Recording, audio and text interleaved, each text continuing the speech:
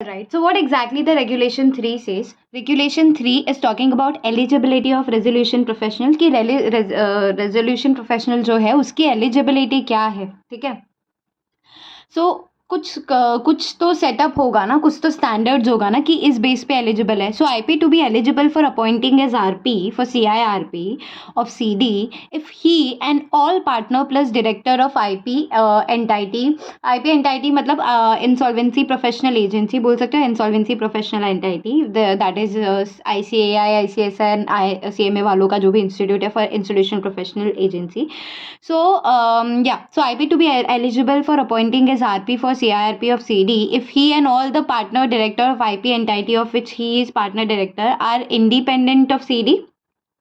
So CD से तो independent होने चाहिए है ना यार, जो RP बनने वाला है किसका, CD का, so he has to be independent from which he is partner director, independent of CD.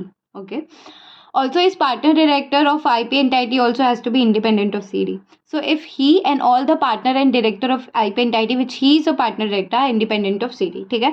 Now, person considered as independent of CD if he is. ठीक है. Person को कब बोलेंगे ये independent of CD है? If he is eligible to be appointed as as independent director or board on board of CD under section 149 of Companies Act 13. मतलब जो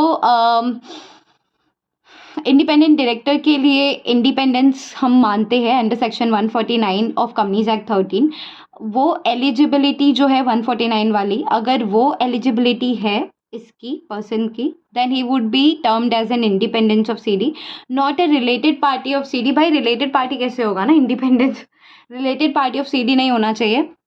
not an employee, not an employee या फिर proprietary या फिर partner of firm of auditor secretarial cost auditor of company. अच्छा, इसका मतलब क्या है देखना. So he is not an employee. The person that we are talking about would that IP that we are talking about that would be RP. So he is not an employee, proprietary और partner of a firm of auditor. Partner नहीं है firm of auditor का, ना employee है firm of auditor का, secretarial auditor cost auditor of CD. Okay. Similarly, he is not an employee, proprietary partner of legal consulting firm that has or had transaction with CD of 5% or more of gross turnover such firm in last 3 financial year. ये समझा आप लोगों को? So सबसे पहले eligibility for RP क्या है? So IP to be eligible for appointment as RP for CIRP of CD if he and all the partner director of IP entity of which he is partner director are independent of CD. और independent कब माने जाएंगे, जब जो person है is eligible to be appointed as ID independent director on the board of CD. अगर वो independent director बन सकता है CD का, तो फिर वो IP भी बन सकता है, RP भी बन सकता है. And he is not a related party of CD. He is not employee, proprietary partner of firm of auditor firm या फिर सेक्रेटरी ऑडिटर फर्म या फिर cost audit firm of company का वो कोई एम्प्लॉय या proprietary partner of firm of auditor secretary auditor cost auditor of company नहीं है, तो वो कॉस्ट ऑडिटर नहीं हो सकता है, वो सेक्रेटरी ऑडिटर ऑफ कंपनी नहीं हो सकता है, वो ऑडिटर नहीं हो सकता है. समझ आ रही है? एम्प्लॉय नहीं हो सकता वहाँ का, पार्टनर नहीं हो सकता, प्रोप्राइटर नहीं हो सकता है. And he is also not an employee, proprietary और partner of legal consulting firm, जिससे कंपनी लीगल कंसल्टेंसी करती है दैट हैज़ और had transaction with CD of 5% और more of gross turnover of such firm. जो भी फर्म है उसका जो ग्रॉस टर्नओवर है, सो लेट्स से अगर वो जो ट्रांजैक्शन है between CD and that legal consultancy firm, तो transaction is more between like 5% or more of gross turnover of such firm in last 3 financial year, in that case he would not be considered as, अच्छा wait, person considered as independence, so not an employee, proprietary or legal firm with CD 5%. हाँ, तो last 3 year में 5% से ज़्यादा नहीं होना चाहिए, 5% तक के है, 5% से कम होना चाहिए, 5% और मोर नहीं होना चाहिए. So where COC decides to appoint IRP, where COC decide to appoint IRP as RP or replace IRP under section 22 or RP under section 27. So COC to obtain return consent of proposed RP in form AA of the schedule, RP to make disclosure at the time of appointment and thereafter in accordance with code of conduct. RP who is partner or director of IP entity shall not continue as RP in CIRP if IP entity or any partner director of such IP entity represents as any other stakeholder in the same CIRP. मतलब same CIRP में IP entity या उसका कोई भी partner director कोई role play कर रहा है, ठीक है, in any other stakeholder as a creditor role play कर रहा है, कुछ भी कर रहा है फाइनेंशियल क्रेडिटर, तो he can not take a part in it. You understood this one? So this is again important, regulation 3 that talks about eligibility for resolution professional. So first of all, IP to be eligible to be resolution professional for CIRP of CD if he and मतलब वो खुद और all the partner director of that IP entity has to be independent, right? IP entity of which he is partner director are independent of CD. CD से independent रहना है, understood? So उसको कब मानेंगे कि हम independent है? तो पहला वो सीडी के बोर्ड पे एज इंडिपेंडेंट डायरेक्टर अपॉइंट हो सकता है क्या एज पर सेक्शन 149. दूसरा वो रिलेटेड पार्टी तो नहीं है ना सीडी का. तीसरा ये वो एम्प्लॉई नहीं होना चाहिए, प्रोप्राइटरी नहीं होना चाहिए और पार्टनर नहीं होना चाहिए of the firm of auditor of the firm of auditor, cost auditor या फिर secretarial auditor of a company. Again, he should not be an employee, proprietary or partner of a legal consultancy firm that has or had transaction of 5% or more of gross turnover of that such firm in last 3 financial year. इतना समझ में आया? ये वाला तो आया होगा definitely. Now when COC decides to appoint IRP as RP, जब COC obviously IRP को या तो RP में कर दो या तो replace कर दो IRP को under section 22 which we read just now, या फिर RP को बदल दो under section 27, तो COC has to obtain the return consent of proposed RP. जो भी proposed RP होगा उसका return consent आपको लेना पड़ेगा in form A of the schedule. RP to make disclosure at the time of appointment and then in accordance with code of conduct. RP who is partner director of IP entity shall not continue as RP in CIRP if IP entity or any partner director of such entity represents as any other stakeholder in same CIRP. I hope इतना clear होगा. Alright, what is next now? So section है या क्या है ये? Section 23 है. Section 23 क्या बोलने की कोशिश कर रहा है? आरपी टू कंडक्ट सीआईआरपी, ठीक है. सो आरपी बेसिकली रिस्पॉन्सिबल होगा for carrying out entire CIRP plus managing CD's operation. RP to conduct CIRP section 23 talks about RP to conduct CIRP कि आरपी कंडक्ट करेगा सीआईआरपी. तो basically RP responsible है for carrying out entire CIRP plus managing CD's operation. RP shall continue to manage series operation after expiry of CIRP until an order passed by A. ये क्या बोल रहा है देखना. RP shall continue to manage series operation. RP shall continue to manage series operation after expiry of CIRP as well until an order passed by AA under section 31 and 34. ये क्या बोल रहा है कि एक बार CIRP हो गया, RP shall continue to manage series operation even after expiry of CIRP after until an order passed by A. जो है ना वो order pass करेगी under section 31 and 34 में. अंडर सेक्शन 31 एंड 34 में. 31 में क्या होगा? Order approving resolution plan. 34 में क्या होगा? Order appointing a liquidator. समझाइए, या तो लिक्विडेटर को अपॉइंट करिए या तो उसने रेजोल्यूशन प्लान अप्रूव कर दिया under section 31. So RP shall exercise power. RP shall exercise power and perform duties as are vested on IRP under Chapter 2 of Part 2 of Code, where RP is appointed under Section 22(4) by AA. 22(4) में क्या था बेटा? अगर आपने देखा होगा तो 22(4) में ये था कि COC जो है ना उसने रिप्लेस कर दिया IRP को. तो जब वो रिप्लेस कर देगी तो COC जो है वो AA को एप्लीकेशन देगी कि मुझे नया आरपी रखवा दो, और ए जो है वो IBBI के पास जाएगा और बोलेगा मुझे रिकमेंडेशन करो न्यू आरपी. ए जो है वो 10 दिन के अंदर रिकमेंड कर देगी. तो where RP is appointed under section 22(4) by AA, तो IRP जो है provide all information record document of CD to RP. नया आरपी जो भी होगा वो. समझा इतना?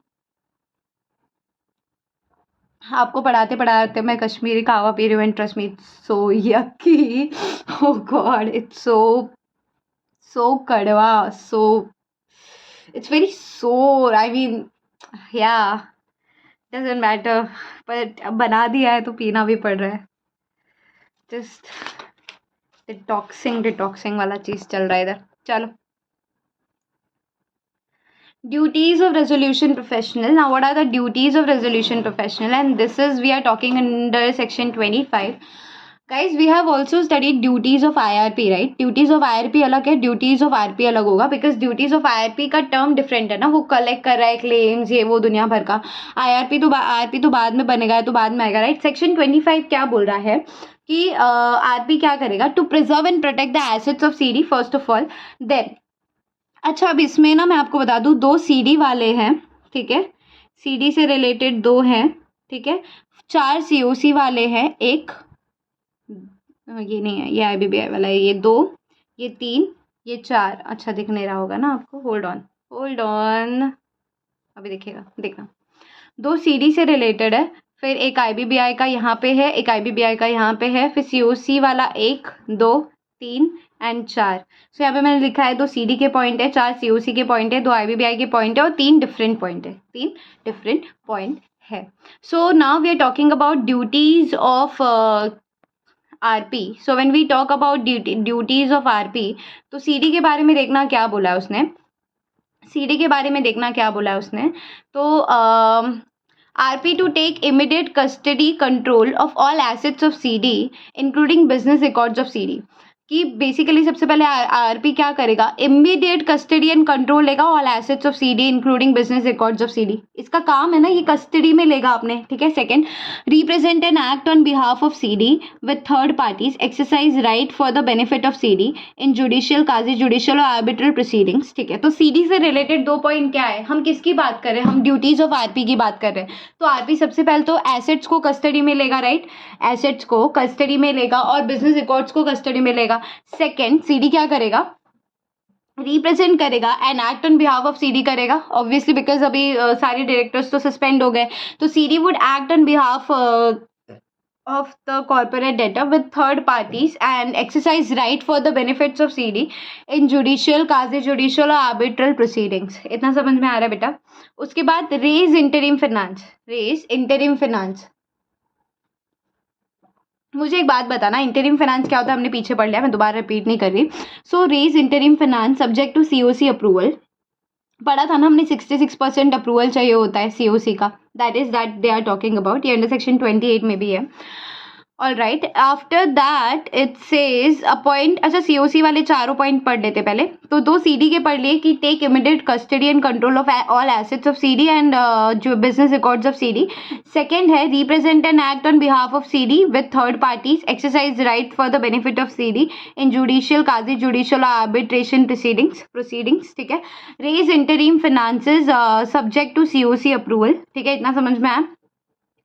फिर COC का और क्या है? Convene and attend all meetings of COC। ये कौन कर रहा है बेसिकली? ये काम किसका है? RP का है, ठीक है? उसके बाद एक पॉइंट है COC का, which is present all resolution plans eight the meeting of COC, file application for avoidance of transaction in accordance with chapter 3 if any. अच्छा, इसको ना ऐसे नहीं करते, बारी बारी से लेके जाते हैं, तब आपको इजीली समझ में आएगा बेटा। We are studying what? We are studying duties of resolution professional. So tell me one thing, when you would become, ऐसा समझो कि अब आप रेजोल्यूशन प्रोफेशनल बन चुके हो, ठीक है? नाउ कल आपको जाना है और आप आज बन चुके हो, आपने कंसेंट वगैरह दे दिया, आप बन चुके हो रेजोल्यूशन प्रोफेशनल अंडर सेक्शन 22, ठीक है? 22(4) लेट्स से, ठीक है? रिप्लेस हो गया है, समझो ऐसे एक एग्जांपल दे रही हूँ, ठीक है? आप बन गए हो रेजोल्यूशन प्रोफेशनल, ठीक है? सबसे पहले तो आप क्या करोगे? सबसे पहले सर जस्ट इमेजिन, मैं रेजोल्यूशन प्रोफेशनल हूँ, मैं रोशनी हूँ, मैं रेजोल्यूशन प्रोफेशनल हूँ। अब मैं क्या करूँगी? सबसे पहले तो मैं एसेट्स को अपने कस्टडी में लूँगी, ठीक है? उसके बाद मैं बिजनेस रिकॉर्ड्स भी अपने कस्टडी में लूँगी, ठीक है? उसके बाद मैं बेनिफिट ऑफ, मतलब जो भी कॉर्पोरेट डेट है उसके बेनिफिट के लिए जो भी चीज़ें मैं कर सकती हूँ एक्सरसाइज करूँगी, ठीक है? समझ में आ रहा है? एंड इन फ्रंट ऑफ जो भी लीगल मैटर्स है, काजी जुडिशियल प्रोसीडिंग्स, तो मैं रिप्रेजेंट करूंगी एंड एक्ट करूंगी ऑन बिहाफ ऑफ CD। तो ये 2 चीज़ तो मुझे समझ में आई। चलो, मेरी और ड्यूटीज़ क्या है? ठीक है। तो मैं सीओसी की मीटिंग्स को कन्वीन करूँगी, ये मेरा काम है। फिर उसके बाद सीओसी के साथ 4 पॉइंट थे, राइट? तो और क्या करूँगी मैं सीओसी के साथ? अगर मैं इंटरिम फाइनेंस मैं इंटरिम फाइनेंस रेज़ करूँगी जिसके लिए मुझे सीओसी का अप्रूवल लगेगा, ओके। और क्या 2 पॉइंट है बेटा? और क्या 2 पॉइंट है? एक तो है कि मैं प्रेज़ेंट करूँगी ऑल रेज़ोल्यूशन प्लान्स, ठीक है। ऑब्वियसली मैं रेज़ोल्यूशन प्रोफ़ेशनल हूँ, तो जो भी रेज़ोल्यूशन प्लान आएगा वो कौन प्रेज़ेंट करेगा? मैं ही करूँगी ना, मैं रेज़ोल्यूशन प्रोफ़ेशनल हूँ। एंड मैं फाइल करूँगी application for avoidance of transaction in accordance with this. तो इतना भी याद रख रही हूँ, अगर मैं present all resolution plan at the meeting of COC, it's fine for me, ठीक है। Now the most important and सबसे बड़ा पॉइंट, मैं इनवाइट करूँगी prospective resolution applicant who fulfil such criteria laid down by him with the approval of COC having regard to the complexity and scale of operation of the business of CD, such other condition as may be as per IBBI to submit the resolution plan। ये point दोबारा पढ़ना और मुझे समझाना, समझ आ रहा है या नहीं?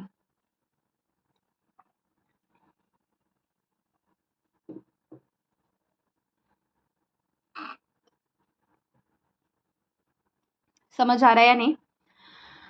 सो पॉइंट क्या बोलने की कोशिश कर रहा है? पॉइंट ये बोलने की कोशिश कर रहा है that I would invite, since I am resolution professional, I would invite prospective resolution applicant, ठीक है। मैं एक्सप्रेस, याद है हमने पढ़ा था? अच्छा, अभी तक नहीं पढ़ा। एक्सप्रेशन ऑफ इंटरेस्ट देते हैं, इनवाइट करते हैं रेजोल्यूशन एप्लीकांट को, तभी तो रेजोल्यूशन प्लान देंगे ना वो लोग। तो who fulfil such criteria laid down by, कुछ क्राइटेरिया मैं दूंगी, ठीक है, पब्लिक अनाउंसमेंट में, laid down with the approval of COC having regard the complexity and scale of operation of the business of CD and such other condition as per IBBI submitted resolution plan. तब जाके मैं ये लोग once पहले तो invite करूंगी ना मैं रेजोल्यूशन एप्लीकांट को, तब जाके तो मैं प्रेजेंट करूंगी ना resolution plan at the meeting. So are you understanding? These two are linked point. तो अगर मैं अब फिर से बात करूँ इसकी, अब मैं फिर से इन पॉइंट्स की बात करूँ, तो सबसे पहले सीडी को तो साइड में कर लो ना, कि मैं इमीडिएट कस्टडी ले लूँगी एसेट्स की, बिजनेस रिकॉर्ड्स की, और मैं सीडी को रिप्रेजेंट करूँगी। 2 पॉइंट खत्म, ठीक है। सीओसी के 4 पॉइंट है कि मैं सीओसी की मीटिंग्स को कन्वीन करूँगी। जब मैं इंटरिम फाइनेंस रेज करूँगी तो मुझे सीओसी का अप्रूवल लगेगा।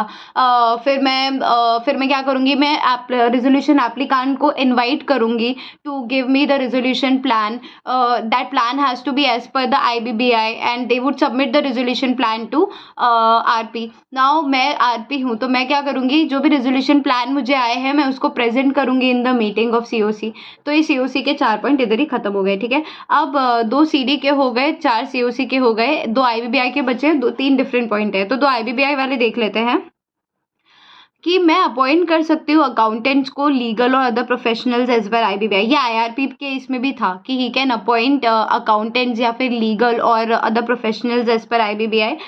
Again such other actions as per IBBI. तो ये वाला तो इजी है कि मैं अपॉइंट कर सकती हूँ किसी लीगल या फिर प्रोफेशनल्स को, अदर प्रोफेशनल्स को एज पर आईबीबीआई। अब जो 3 डिफरेंट पॉइंट है वो कौन से बेटा? ये वाले रोगे तो सारे हो गए, ठीक है। ये हो गया, ये हो गया। अच्छा, ये 3 कहाँ है डिफरेंट? फिर 3 कहाँ है डिफरेंट? ये हुआ, ये हुआ, ये भी हुआ, ये भी हुआ, ये नहीं हुआ ना? नहीं, और ये नहीं हुआ, और ये वाला, इस पॉइंट को भी हमने एक पॉइंट दिया है जे, तभी मैं बोल रहा हूँ 3 कौन सा डिफरेंट पॉइंट है। चलो, maintain an updated list of claims. तो उसको मेंटेन, ऑब्वियसली मैं लिस्ट ऑफ क्लेम्स को अपडेट करके रखूंगी, ठीक है। अपडेटेड लिस्ट ऑफ क्लेम्स, कुछ नए भी आ रहे तो देख के। फिर prepare the information memorandum as per section 29 and application, I would file an application for avoidance of transaction in accordance with chapter 3 if any. कुछ मुझे ट्रांजैक्शंस को अवॉइड करने हैं, उसके लिए मैं एक एप्लीकेशन फाइल कर दूंगी। So this is what they have said. तो अब अगर मैं पूछूँ आपको what are the duties of RP, ठीक है, ये आपके ड्यूटीज़ है, ये हमारे ड्यूटीज़ है। मैं आरपी हूँ, आप आरपी हो, हम सब आरपी है, ठीक है। हमारे क्या ड्यूटीज़ होंगे? तो जब बात करें सीडी के बारे में, तो मुझे 2 काम करना है। सीडी के बारे में तो मुझे सिंपल क्लियर है, उनके एसेट्स को अपनी कस्टडी में लेना है, और मुझे बिजनेस रिकॉर्ड्स को अपने कस्टडी में लेना है, और क्या करना है मुझे, और क्या करना है, और क्या करना है, उनको रिप्रेजेंट करना है, सीडी को रिप्रेजेंट करना है for the exercise, for the benefit of for with third parties, exercise right for the benefits of CD in judicial, quasi judicial और आर्बिट्रल प्रोसीडिंग्स, ठीक है। फिर सीओसी के 4 पॉइंट है कि मैं सीओसी की मीटिंग को कन्वीन करूंगी, मैं इंटरिम फाइनेंस रेज करूंगी विद 66% अप्रूवल ऑफ सीओसी, फिर मैं इनवाइट करूंगी applications for resolution to resolution applicant and they would give me resolution plan, they would submit me, so that as per IBBI with keep in mind the complexity of the business of CD, ठीक है, याद आ गया तो बोल दिया। फिर COC का था कि मैं RP हूँ तो मैं जो भी रेजोल्यूशन प्लान है वो मैं प्रेजेंट करूंगी इन COC मीटिंग। COC के 4 पॉइंट खत्म, ये डन। 2 IBBI के पॉइंट है, एक तो अदर है कि अदर एज पर IBBI, और एक ये था, क्या था याद नहीं आ रहा ना, कि मैं लीगल प्रोफेशनल्स को अपॉइंट कर सकती हूँ, मेरा राइट है, ठीक है। नाउ 3 डिफरेंट पॉइंट है which is one is this one कि मैं मेंटेन करूँगी updated list of claims, this one की सेक्शन 29 के हिसाब से मैं प्रिपेयर करूँगी इन्फॉर्मेशन मेमोरेंडम, एंड एक ये वाला पॉइंट है कि मैं फाइल करूँगी application to avoid certain transaction as per chapter 3। खत्म, यहाँ पे मेरा पूरा का पूरा duties of resolution application resolution professional खत्म होता है, ठीक है। अब आता है बारी कमिटी ऑफ क्रेडिटर्स की। तो बेसिकली अगर ये देखा जाए तो CRI का एक नया चैप्टर ही स्टार्ट हो रहा है। I will just name you the chapter number which is chapter number 18, convening and conduct of meeting of COC। That's a 3-star chapter as per CRI and as per this तो of course very important. Oh my God, such a कड़वा कश्मीरी कावा है ये जो P रही हूँ, बहुत ही ज़्यादा कड़वा है, जैसे ऐसे सिर्फ ले रही हो, यू नो इट्स बर्दाश्त के बाहर है ये सब, ठीक है, doesn't matter. Let's go back and focus. Alright, so जब हम COC की बात करते हैं ना तो we have to understand, we have to remember this one that section 21, section 24, section 28, section 25A, ये तो सारे सेक्शंस है। कौन से बेटा? 21, 24, 25A एंड 28, ये सारे हम बात करेंगे COC से रिलेटेड। और रेगुलेशन अगर देखा जाए तो कुछ दिया नहीं है इसमें, बट आई थिंक आगे आएगा। Certain provision under the Insolvency and Bankruptcy Board of India for corporate person से सर्टेन प्रोविजंस अंडर, ठीक है, डजंट मैटर को डजंट मटूरे बोलते हो, डजंट मटूरे, ठीक है। Section 21 committee of creditors which is very important section and we gonna do it right away. चलो, so we are doing section 21 right now. This is very important section, so do not try to time pass now. Section 21 what does it से? Section 21 सबसे पहले ये बोल रहा है IRP जो है ना, after collection of all claims determine करेगा financial position of CD plus constitute करेगा COC। सबसे पहले तो IRP का काम ही है ना कि वो सारे क्लेम्स को क्या करेगा बेटा, सारे क्लेम्स को कलेक्ट करेगा, कलेक्ट करने के बाद वो डिटरमाइन करेगा कि फाइनेंशियल पोजीशन ऑफ CD क्या है और कॉन्स्टिट्यूट करेगा COC, राइट। जैसे जो COC है वो क्या होगी, तो COC would comprise of all the FC of CD, FC is financial creditor of CD is corporate debtor, so FC of CD provided FC जो है वो रिप्रेजेंट FC या फिर representative of FC if it is a related party और if it were a related party तो उनको right नहीं है क्या, मीटिंग में रिप्रेजेंटेशन का, पार्टिसिपेशन का, वोटिंग का। इतना समझ में आया। पहला पॉइंट क्या है कि IRP जो है वो सबसे पहले तो ऑल द क्लेम कलेक्ट करेगी, उस फाइनेंशियल पोजीशन डिटरमाइन करेगी इसका CD का और कॉन्स्टिट्यूट करेगी COC क्या करेगी, COC जो है ना वो कंप्राइज किससे होती है बेटा, FC से होती है। FC of what, FC of CD provided, FC या फिर representative of FC if it is a related party और if it were a related party तो उनको राइट नहीं है, ना तो वो पार्टिसिपेट कर सकते हैं, ना वो रिप्रेजेंट कर सकते हैं, ना वो वोट कर सकते हैं इन अ मीटिंग। इतना समझ में आया। Provided further that above provision is not applicable where FC is regulated by financial sector regulator if it is a related party of CD solely on conversion or substitution of debt into equity instrument convertible into equity shares prior to insolvency commencement date. तो then exam from first provision. तो basically इसको again पढ़ने की कोशिश करना, ये second वाला point, कि सीओसी जो है वो बेसिकली कंप्राइज होती है एफसी ऑफ सीडी, प्रोवाइडेड अगर एफसी या रिप्रेजेंटेटिव ऑफ एफसी जो वो रिलेटेड पार्टी है, या if it were a related party तो उनको राइट नहीं है ये सारी चीज़ों का मीटिंग में, राइट।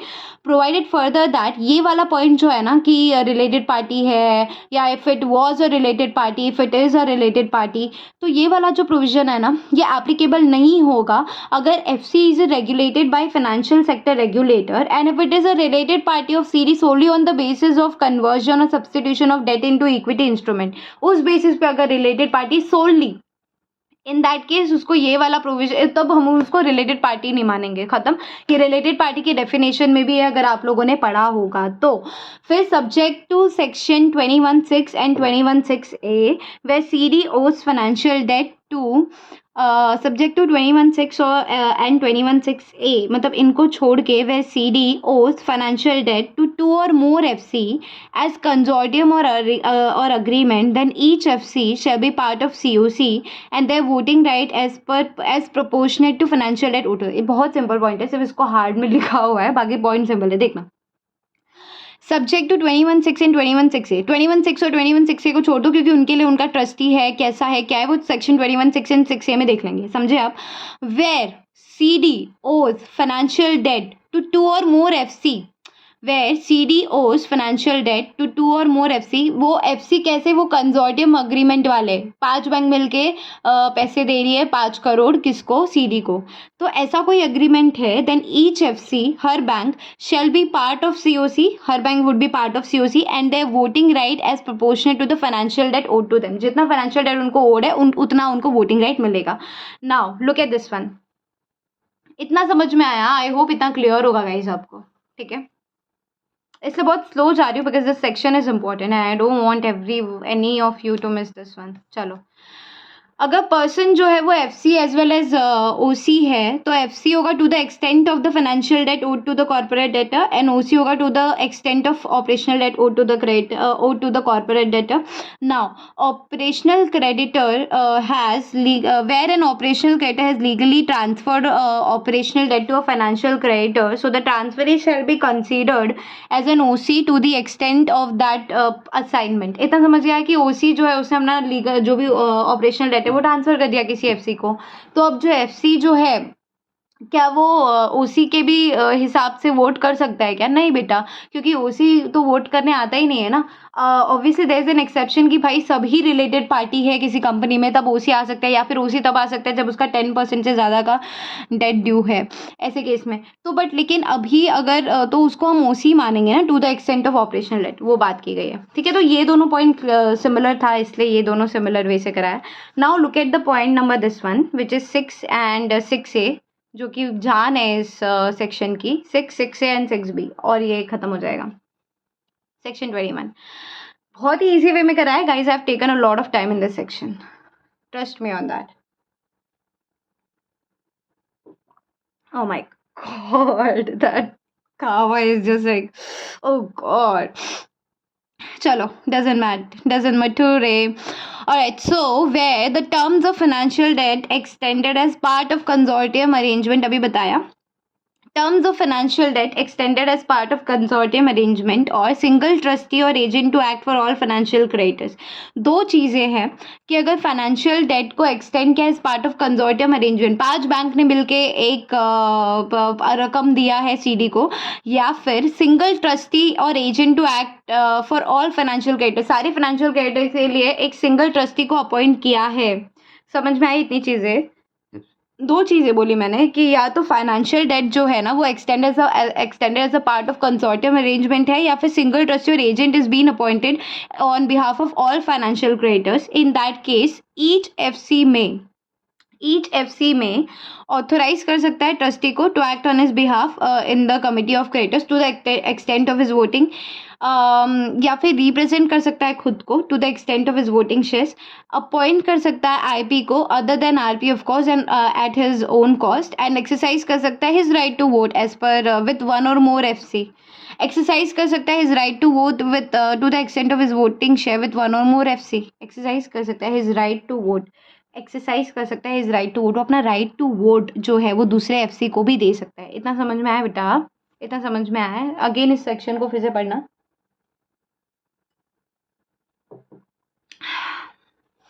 सेक्शन 6 क्या बोलने की कोशिश कर रहा है? 21 सॉरी माय बैड 21(6) क्या बोलने की कोशिश कर रहा है?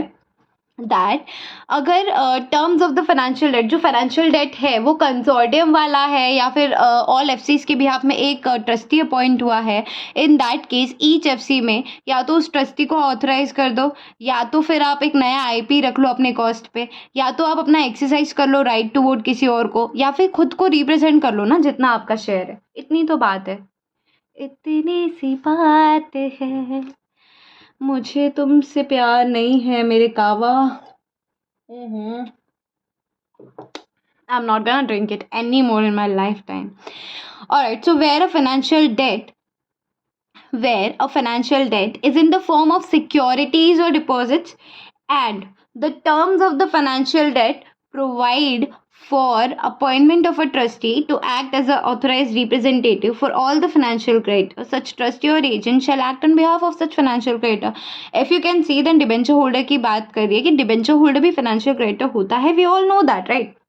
But where a financial debt is in the form of securities or deposit, ठीक है, financial debt is in the form of security, security की फॉर्म में फाइनेंशियल इस सिक्योरिटी इशू की है, ठीक है। रोशनी लिमिटेड है, रोशनी लिमिटेड सीरी है फॉर एग्जांपल, तो रोशनी लिमिटेड ने सिक्योरिटीज इशू की है, डिबेंचर्स इशू किया है, नोट्स जो भी एज द केस में भी, ठीक है, सिक्योरिटीज इशू की है, उसके बदले में सिक्योरिटीज दी आप लोगों को, आप लोगों ने पैसे दिए, अब वो पैसे जो है वो फाइनेंशियल डेट है, right.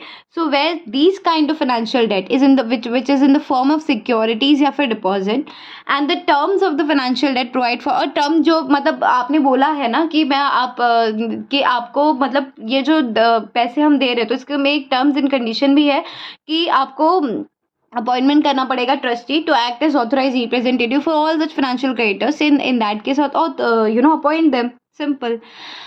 Where a financial debt is owed to class of creditor exceeding 100 members, this is talking about home buyers, this is completely talking about home buyers, कि जहाँ पे financial debt is owed to class of creditors, financial debt is owed to class of creditor exceeding 100 members under covered under section under 6A, तो IRP क्या करेगा? Shall make an application to AA along with list of all financial creditor containing the name of IP other than the IRP to act as his authorised representative. खत्म। मतलब एक दूसरा IP आएगा और home buyers को represent करेगा, in short, अगर creditors 100 से ज़्यादा है तो। थर्ड है that where a financial debt is represented by guardian, executor और administrator, such person shall act as authorise representative on behalf of such financial creditor, and such authorise representative under this one shall attend the meetings of committee of creditors and vote on each financial creditors to the extent of his voting right। ठीक है ना यार, मतलब देखो ना, तीन ही तो चीज़ें है ना कि financial debt is in the form of security और deposit, is owed to class of creditors exceeding 100 members and is represented by guardian, executor or administrator। alright, उसके बाद क्या दिया है बेटा, देखना, उसके बाद दिया है, उसके बाद ये लोग बात करना चाहते हैं about section 21(6)(b। now what is 21(6)(b)? 21(6)(b) is also interesting, देखते हैं।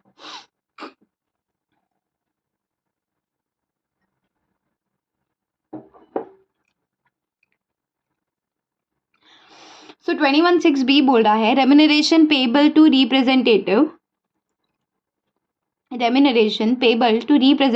under 6A and C and under 6AB।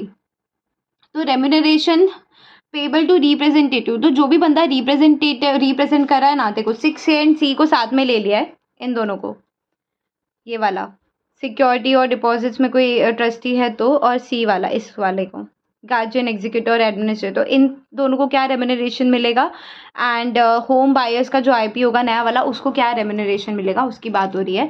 So remuneration payable to representative अगर वो A एंड C में है as per the terms of financial debt, और B में है shall be in form part of CIRP cost. इतना समझ आ रहा है? इतना समझ में आ रहा है, क्योंकि होम बायर्स के लिए एक अलग से IP होगा क्या? एक मिनट रुकना ज़रा।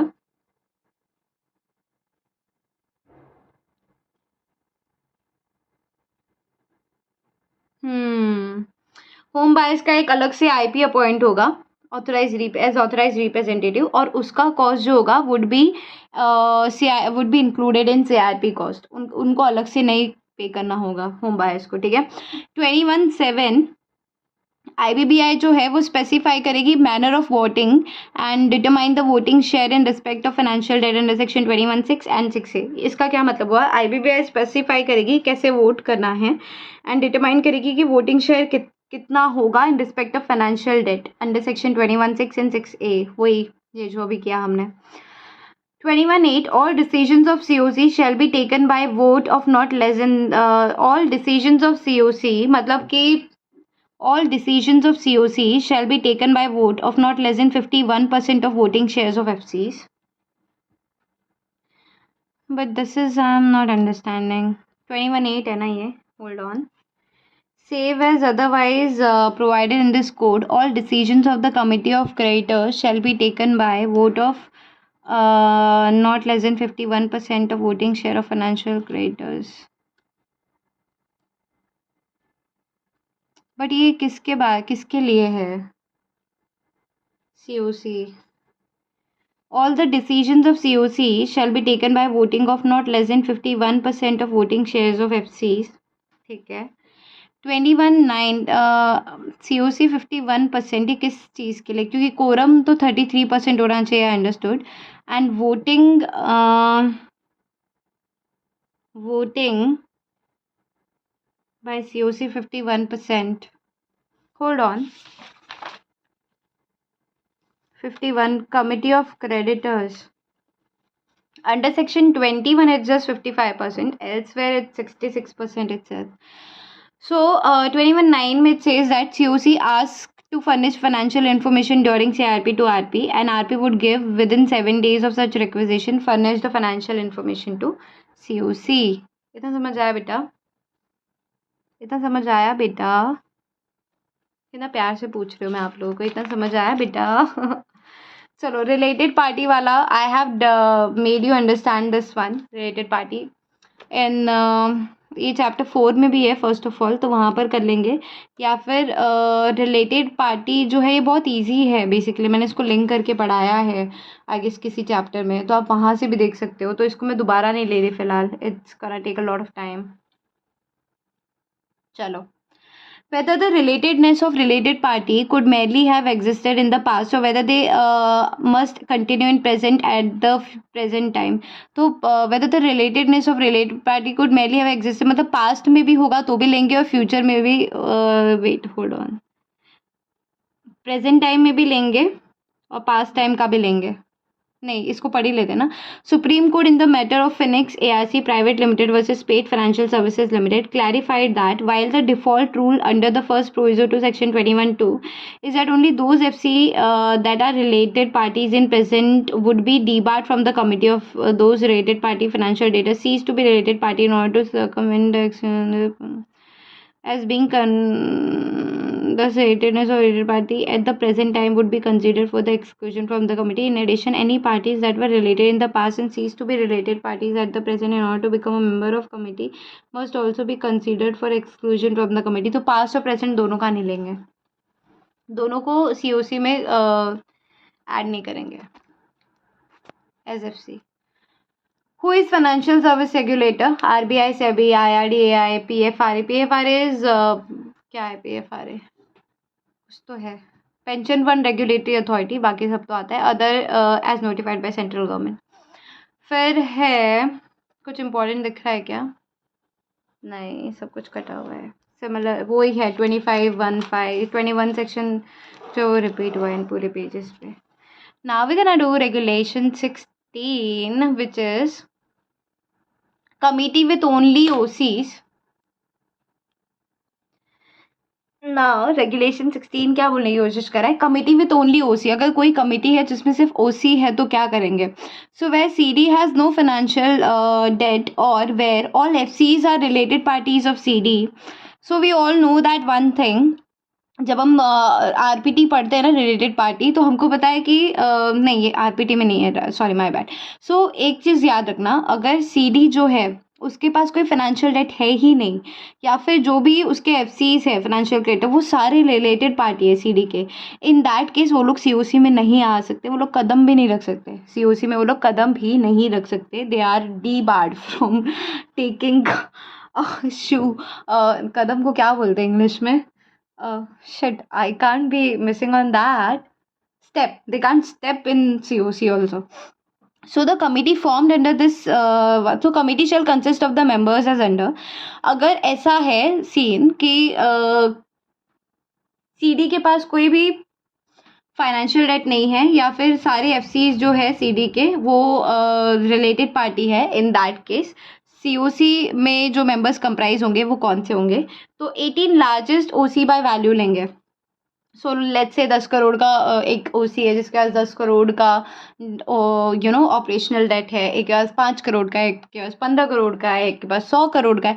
तो जो भी 18th लार्जेस्ट ओसी है ना बाय वैल्यू, उनको उठाएंगे, ठीक है। इफ़ लेस देन 18, अगर मेंबर ही 18 से कम है, ओसी ही 18 से कम है, 15 ही ओसी है, तो सबको ले लेंगे। तो सबको ले लेंगे मतलब ये कि जो ओसी का जो कमिटी होगा ना, उसमें लार्जेस्ट वैल्यू वाले जो ओसी है ना, वो 18 मेंबर्स को ले लेंगे। अगर मेंबर ही 18 से कम है, ओसी ही 18 से कम है, इन दैट केस हम सबको ले लेंगे, ठीक है। इतना समझ में आया? One representative elected by all workman other then workman included under sub clause A, ठीक है। And one representative elected by all employees other than employees included under clause B, क्योंकि वो we all know that कि जो 18 largest value हम जो बात कर रहे हैं ना, तो employee and supplier workman is also included in OC, right. सो ये अलग से नहीं है, लेकिन अगर नहीं आते हैं 18 लार्जेस्ट ओसी बाय वैल्यू में, ऑफकोर्स, क्योंकि अदर देन बोला है, other than this people, so one representative elected by all workman and other representative elected by all employees. तो ये होगा बेसिकली कंप्राइज, ये कमिटी बनेगी अगर कब बनेगी? अगर सीडी के पास फाइनेंशियल डेट नहीं है, या फिर जो भी फाइनेंशियल डेट है, जो भी फाइनेंशियल जो भी एफसीज है, वो सारे के सारे रिलेटेड पार्टी है। तो ये कुछ इस तरह से कमिटी बनेगी। 18th largest OC by value ले लेंगे, लेस देन 18 है तो सबको ले लेंगे। One representative elected by workman other than a वाला, and one representative elected by all the employees. फिर देखेंगे वोटिंग राइट कैसा होगा बेटा इनका, तो in proportion of the debt due to the total debt. अच्छा, voting right in proportion of the debt due to the total debt. Total debt किसको बोलेंगे हम लोग? So total debt is the sum of amount of debt due to the creditors in sub regulation 2A मतलब ये वाला, मतलब एक तो इनका पूरा डेट ले लेंगे, फिर सब रेगुलेशन 2B, मतलब वो इन शॉर्ट वो ये बोलना चाह रहा है टोटल डेट इसको बोलते हैं, ठीक है। इनका डेट, इनका डेट, इनका डेट, एम्प्लॉय का, वर्कमैन का, यही बोलने की कोशिश कर रहा है। सीधा सीधा बोल देता ना कि सबसेक्शन 2 वाला जो है, सबसेक्शन क्यों बोल रही हूँ मैं, सब रूल 16 का जो सब रूल 2 है, वो सारा का सारा टोटल डेट होगा, बट नहीं, इनको तो घुमा फिरा के देना है। Committee and its members shall have the same rights, power, duties and obligation as committee comprising financial creditors and its members. ये क्या बोला देखना? A committee and its members, a committee and its members shall have the same rights, powers, duties and obligations as a committee comprising financial creditors and its members. क्या बोला देखना? Committee and its members, committee, shit, my bad. So a committee and its members shall have the same rights, powers, duties and obligations as committee comprising of financial creditors. जो COC बनी थी FC वाली, वैसा ही same right ये OC वाले को भी मिलेगा, क्योंकि इसमें इसकी क्या गलती है ना। चलो 16B क्या बोलने की कोशिश कर रहा है देखते हैं। So committee with only creditors in class. तो पहला हमने 16 देखा था, 16A था, 16 था सिर्फ, देखते हैं। तो इट वाज 16 था सिर्फ। ये 16B है which is committee with only class of creditors, ठीक है। ओनली क्रेडिटर्स इन क्लास है तो क्या? So in that case, where CD has only creditors in class and no financial creditor is eligible to join the committee. Where CD has only creditors in class, where CD has only creditor in class and no financial creditor is eligible to join the committee. पहले हमने क्या देखा था कि CD has only मतलब obviously उस case में क्या देखा था हमने कि सीडी के पास कोई भी फाइनेंशियल डेट नहीं है और सारे के सारे एफसी रिलेटेड पार्टी है, तब ओसी की बारी आएगी। लेकिन जहाँ पे कॉर्पोरेट डेटर के पास ओनली क्रेडिटर्स इन क्लास ही है and no financial creditor is eligible to join the committee, no financial creditor is eligible to join the committee, so the committee shall consist only of the authorise representative. ठीक है, इतना बोला है। Now authorise representative of creditors in class क्या होगा, तो अब आएगा रेगुलेशन 6 है यहाँ पे।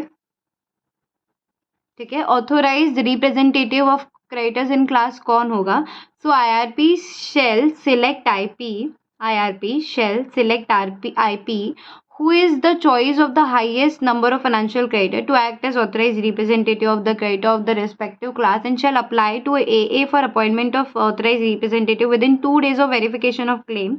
However, any delay in appointment of authorized representative for any class of creditor shall not affect the validity of any decision taken by the committee.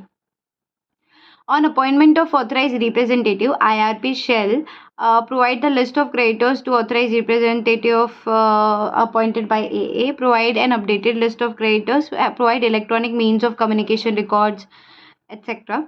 Voting shares of creditors in class, so in proportion to the financial debt, which includes an interest at the rate of 18% of per annum, unless a different rate has been agreed to between the parties. Voting shares of creditor in class, so in proportion to the financial debt, which includes an interest at the rate of 18% as well, unless a different rate has been prescribed. Fee of authorized representative would be like this. अगर 10 से 100 members है तो 15,000 fees होगा, 100 से 1,000 के बीच में है तो 20,000 होगा, मोर देन 1,000 है तो 25,000 होगा।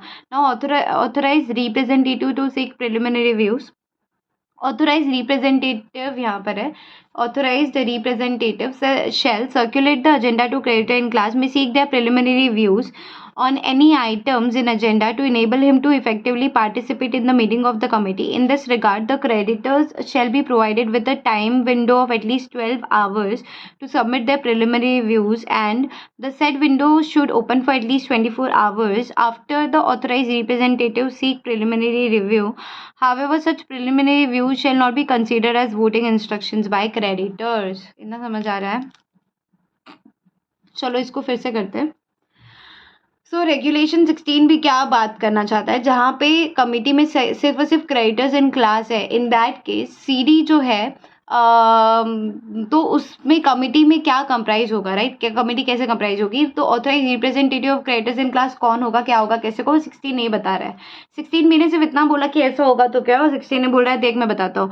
सो IRP shall select IP, IRP जो है वो सिलेक्ट करेगा आईपी को, IRP shall select IP who is the choice of highest number of FCs, तो जो मतलब ऑब्वियसली जो एफसीज जो है जिसके लिए ज़्यादा वोट करेंगे जिस आईपी के लिए, उस आईपी को सिलेक्ट करेगा कौन, IRP, to act as the authorise representative of creditors of the respective class and shall apply to the A for appointment of authorise representative. कब अप्लाई करेगा, within 2 days of verification of claim, जब उसने claim को verify कर लिया उसके 2 दिन के अंदर अंदर वो आईपी को अपॉइंट कर लेगा, अपॉइंट नहीं करेगा सॉरी, वो अपॉइंटमेंट करने के लिए ए को एप्लीकेशन दे देगा।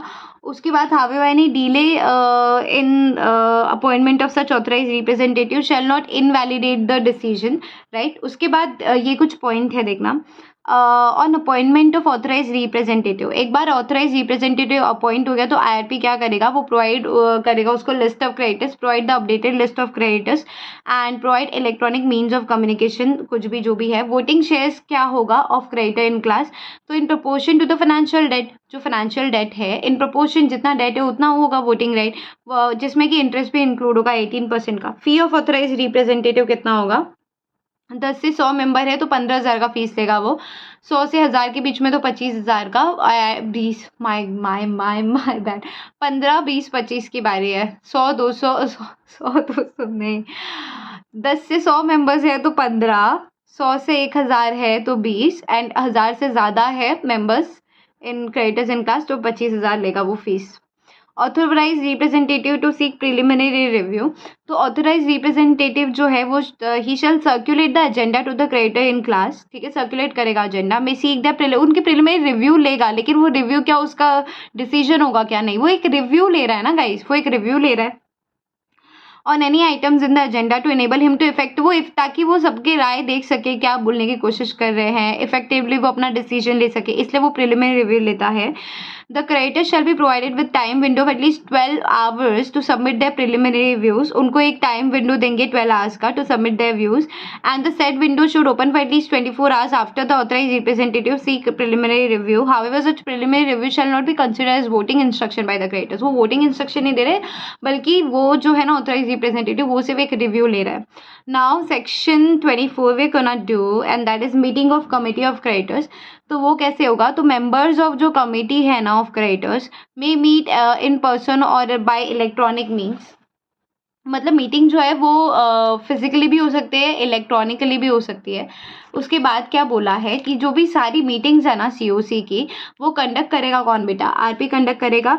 और आरपी जो है वो हर मीटिंग का नोटिस देगा कमिटी ऑफ क्रिएटर्स का. किसको किसको, जो सीओसी के मेंबर्स होंगे उनको, सीओसी के मेंबर्स होंगे उनको. कौन, 21 6A की बात की, रिप्रेजेंटेटिव्स है जो, इंक्लूडिंग द ऑथराइज रिप्रेजेंटेटिव. मतलब देखना ना, वो तो बेसिकली ये क्या बात कर रहे हैं हम लोग कि वो नोटिस देगा, आरपी जो है नोटिस देगा ईच मीटिंग का ऑफ द सीओसी. टू किसको किसको देगा वो मीटिंग का नोटिस, तो जो सीओसी के मेंबर्स है, एफसीज, ओसी, जो भी एज द केस में भी, उनको देगा. प्लस ऑथराइज रिप्रेजेंटेटिव को भी देगा 21 6 के हिसाब से. उसके बाद members of suspended board of directors को भी वो नोटिस देगा, पार्टनर्स को, कॉर्पोरेट पर्सनस को. ऑपरेशनल क्रेडिटर्स को देगा notice to their or their representative if amount of their aggregate debt is 10% or more of the debt. तो वो उसी को तभी देगा नोटिस जब उनका जो एग्रीगेट ड्यू है, एग्रीगेट सबको मिला के 10% और more of the total date है. अगर वो 9% है तो फिर नहीं देगा ना, नोटिस ही नहीं देगा, उसी को भाड़ में जा. 10% है क्या या उससे ज़्यादा है क्या, तो फिर पिक्चर में आना, नहीं तो तेरे को नोटिस भी नहीं दे रहे हम. ठीक है. डीपीज डायरेक्टर पार्टनर्स जो है, director partner and one representative of OC may attend the meeting but shall not have any right to vote in such meeting. Absence of any such director, partner or representative of OC shall not invalidate the proceedings. मतलब वो ये बोल रहा है कि director, partner या फिर एक रिप्रेजेंटेटिव रह सकता है ओसी का, they can attend the meeting but shall not have any right to vote in such meeting. सिर्फ अटेंड कर सकते हैं, और अगर वो एब्सेंट होते तो इससे मीटिंग जो है वो इनवैलिडेट नहीं हो जाती है. उसके बाद पांचवा क्या बोल रहा है देखना, subject to subsection 6A 6B of section 21, any creditor who is member of committee, any creditor कोई भी creditor who is member of the committee of creditor, any creditor, any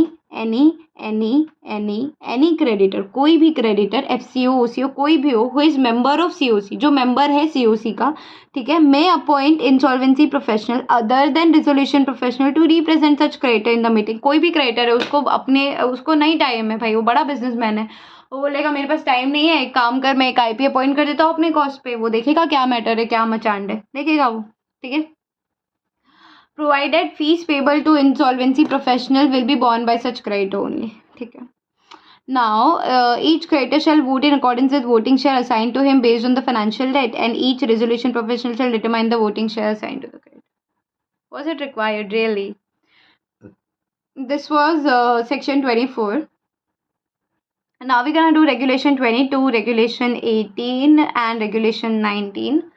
इसका एक बंच है. उसके बाद क्या है, उसके बाद सेक्शन 25A करना है, फिर सेक्शन 27 करना है, सेक्शन 29 करना है. ठीक है. फिर एक रेगुलेशन 36 है वो करना है.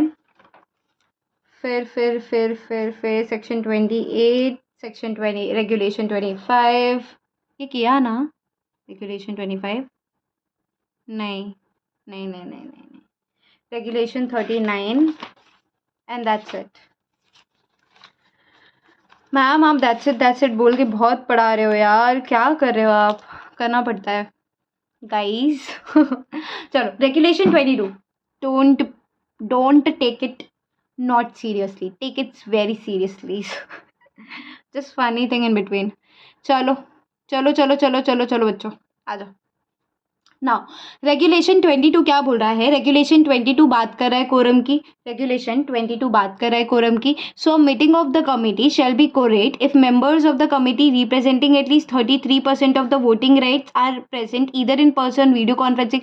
मतलब भाई तू एक बंदा ठीक है वो प्रेजेंट है फिजिकली, बाकी सारे 32% सारे बच्चे जो भी बंदे वो सारे ऑडियो विजुअल मीन से आ रहे, वीडियो कॉन्फ्रेंस चलेगा क्या भाई? ये किसका है ना, किसका है ये? आईबीसी का चलेगा, सब चलेगा, 33% होना चाहिए बस। मेंबर अगर नहीं है, where member of committee could not be held for want of quorum, मतलब कि मीटिंग नहीं हो पा रही है क्योंकि कोरम नहीं आया बराबर। So same meeting same time same day adjourned हो जाएगा नेक्स्ट डे के लिए। हर टाइम नेक्स्ट वीक होता है कंपनी लॉ में, यहाँ पे नेक्स्ट डे है, नेक्स्ट डे हो जाएगी meeting.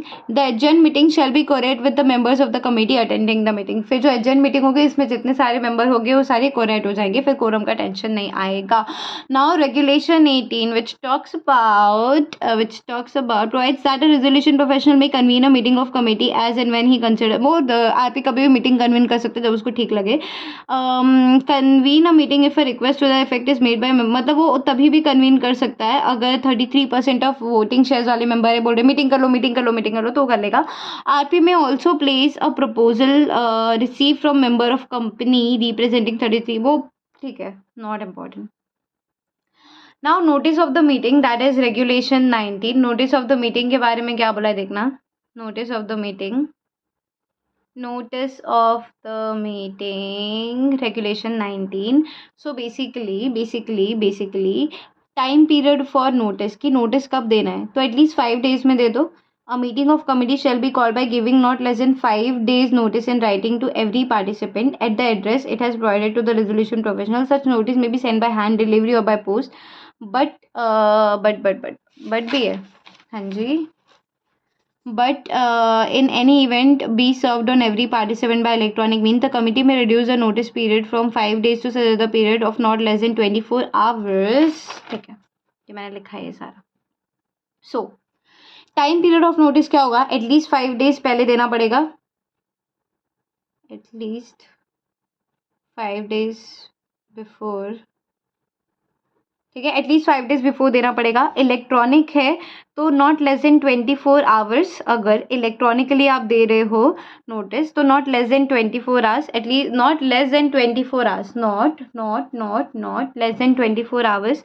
In case any authorised resolution in case any authorise representative that not less than 48 hours, कि कोई ऑथोराइज रिप्रेजेंटेटिव है तो 48 आवर्स के पहले आपको नोटिस देना पड़ेगा। मतलब यहाँ पे नोटिस का इतना स्ट्रिंजेंट नहीं है कुछ, एटलीस्ट 5 days पहले दे दो, अगर इलेक्ट्रॉनिकली दे रहे हो तो 24 आवर्स पहले दे दो। कोई ऑथराइज रिप्रेजेंटेटिव है ना कमिटी में तो फिर 48 आवर्स पहले नोटिस देना पड़ेगा सबको। समझ आ रही है?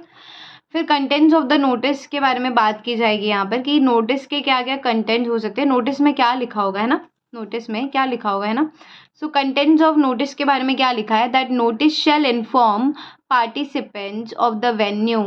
Notice contents of the notice, notice में क्या होगा, ठीक है। अच्छा मैं आपको एग्जांपल दे रही हूँ, कल को आप बन रहे हो आरपी, ठीक है, समझो हम आरपी है, आज ही आरपी है, हमको नोटिस बनाना है, हमको नोटिस देना है कि सीओसी तुम्हारी मीटिंग होने वाली है, तो क्या होगा उस नोटिस में क्या क्या लिखा होगा वही पूछ रहा है। तो नोटिस शैल इन्फॉर्म पार्टिसिपेंट की वेन्यू क्या होगा, टाइम क्या होगा, डेट क्या होगा मीटिंग का, एंड क्या क्या ऑप्शन अवेलेबल है टू पार्टिसिपेट इन, वीडियो है, ऑडियो है, प्रोवाइडेड नेसेसरी इन्फॉर्मेशन प्रोवाइड कर दो।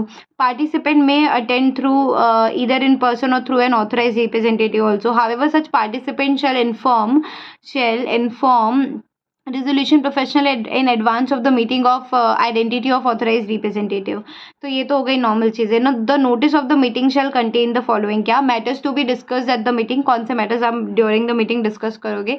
Issue to be voted upon at, कौन से इशू पे आपको वोट करना है। Copies of all relevant document. The notice of the meeting shall state the process and manner for voting by electronic means, provide the login ID and the details and provide contact details of the person who will address the queries। जो grievances लेगा अगर electronic वाले case में, तो किसके पास आपको कोई problem हुई तो किसके पास कॉल करना है। Now section 25A we are doing which is rights and duties of authorise representative of financial creditor. Rights and duties of authorise representative of FC 25A। So authorise representative है वो उसको right to participate and vote in meeting of COC है।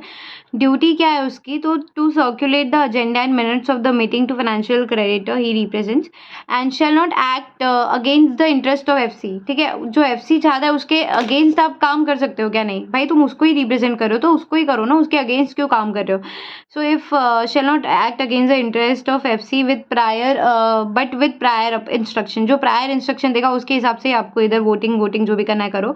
If the authorise representative represent several financial creditor, ठीक है, वो बहुत सारे financial creditors को रिप्रेजेंट करा है, जैसे हमने देखा था 6A में 2166A में। So he can cast his vote in accordance with such instruction receive to the extent of their voting share, अगर बहुत सारे मेंबर्स है तो। Financial creditor does not give prior further provided further that, कोई financial creditor है वो prior instruction नहीं दिया उसने, तो ऑथोराइज रिप्रेजेंटेटिव शैल तो फिर वोट ही नहीं करेगा वो। Can you believe this? अगर फाइनेंशियल क्रेडिटर ने कोई भी प्रायर इंस्ट्रक्शन नहीं दिया है, मतलब उसको सिर्फ और सिर्फ इंस्ट्रक्शन के बेस पे काम करना है, एफसी ने अगर कोई प्रायर इंस्ट्रक्शन नहीं दिया है तो वो वोट ही नहीं करेगा, he would abstain from voting on behalf of such creditor. And section 2A 21(6)(a) shall cast his vote on behalf of all the financial creditor he represents in accordance with the decision taken by vote of more than 51%, 50% of the voting shares of the financial creditor he represent who have cast their vote. अब ये क्या है देखना, notwithstanding anything to the contrary, authorized representative under section 6A वाला जो है 21(6)(a) वाला, तो he can cast his vote on behalf of all the financial creditor he represents in accordance with decision taken by a vote of, मतलब उसने decisions आए सबके, तो जिस पे 50% से ज़्यादा का वोट है ना वही डिसीजंस पे वो वोट करेगा। Provided the for a vote to be cast in respect of an application under section 12A, 12A वाला क्या था बेटा? 12A आई थिंक विड्रॉल वाला था ना, हाँ जी। Provided for a vote to be cast in respect of an application under 12A, ये विड्रॉल वाला था, withdrawal of application. So the authorized representative shall cast his vote in accordance with the provision of subsection 3, which is this one. Instructions के हिसाब से, और instruction नहीं दिया तो वोट ही नहीं करेगा। ठीक है, ऑथोराइज रिप्रेजेंटेटिव जो है फाइल करेगा सीओसी के साथ any instructions received by way of physical और electronic means from the financial creditor he represents, ensure appropriate voting instruction is correctly recorded by RP. ठीक है, कुछ भी इंफॉर्मेशन मिल रही है उसको तो फाइल करेगा विद कमिटी ऑफ क्रेडिटर्स। कौन? Authorise representative. So any authorise representative shall file with COC any instruction received by way of physical electron from FC, मतलब एफसी जो भी है उसको कुछ इन्फॉर्मेशन देना है सीओसी को, तो अगर ऑथराइज रिप्रेजेंटेटिव उसको रिप्रेजेंट करा तो वो इन्फॉर्मेशन दे देगा कमिटी ऑफ क्रेडिटर्स को। Section 27 we can do which is replacement of resolution professional by committee of creditors, replacement of RP by committee of creditors, read it again, replacement of RP by COC, मतलब COC जो है वो replace करिए RP को, क्यों? So by committee of creditors, by अगर करना है तो कर सकते हो क्या? हाँ जी कर सकते हो, लेकिन 66% मेजॉरिटी ऑफ वोटिंग शेयर्स लगेगा। वेयर ड्यूरिंग CIRP अगर COC को लगता है, ओपिनियन है उनका that RP appointed under section 22 is required to be replace, तो वो लोग कर सकते हैं by 66% of vote, subject to a written consent from the propose resolution profession, जिसको हमने प्रपोज किया है ना आरपी को दूसरे वाले, उसका रिटर्न कंसेंट आपको मिलना चाहिए कि अभी वो आने वाला है। सीओसी जो है वो फॉरवर्ड करेगी name of new IP to A जो है वो फॉरवर्ड करेगा आईबीबीआई को, आईबीबीआई चेक करेगा कोई डिसिप्लिनरी एक्शन है क्या अगेंस्ट दैट आईपी, और नहीं है तो फिर वो उसको अपॉइंट कर देगा। And section 20 assume significance that where CD has appointed RP of its choice and COC obviously section 7 में if you all remember guys, तो CD जो है वो IRP जो है वो अपने choice से ही obviously propose करता है ना name, so where CD has appointed RP and of his choice, its choice, COC has the right to replace such RP if they suspect collusion between the RP and the CD, उनको लगता है CD और RP मिलके उसको घपलेबाजी कर रहे हैं, हमको इनको निकालना है, तो सेक्शन 27 में ये राइट मिलता है, आप निकाल लो, कोई कुछ बोल नहीं सकता। फिर सेक्शन 29 देख लो गाइस, ये क्या बोल रहा है, पढ़ लो इसे भी, preparation of information memorandum. So section 29 read with regulation 36 of IBB my bad, preparation of IM is one of the main function in this that regulation 29 right। Preparation of IM था ना इसका टॉपिक नाम, मैं लिख देती हूँ, वैसे भी तो यहाँ से स्टार्ट हो रहा है।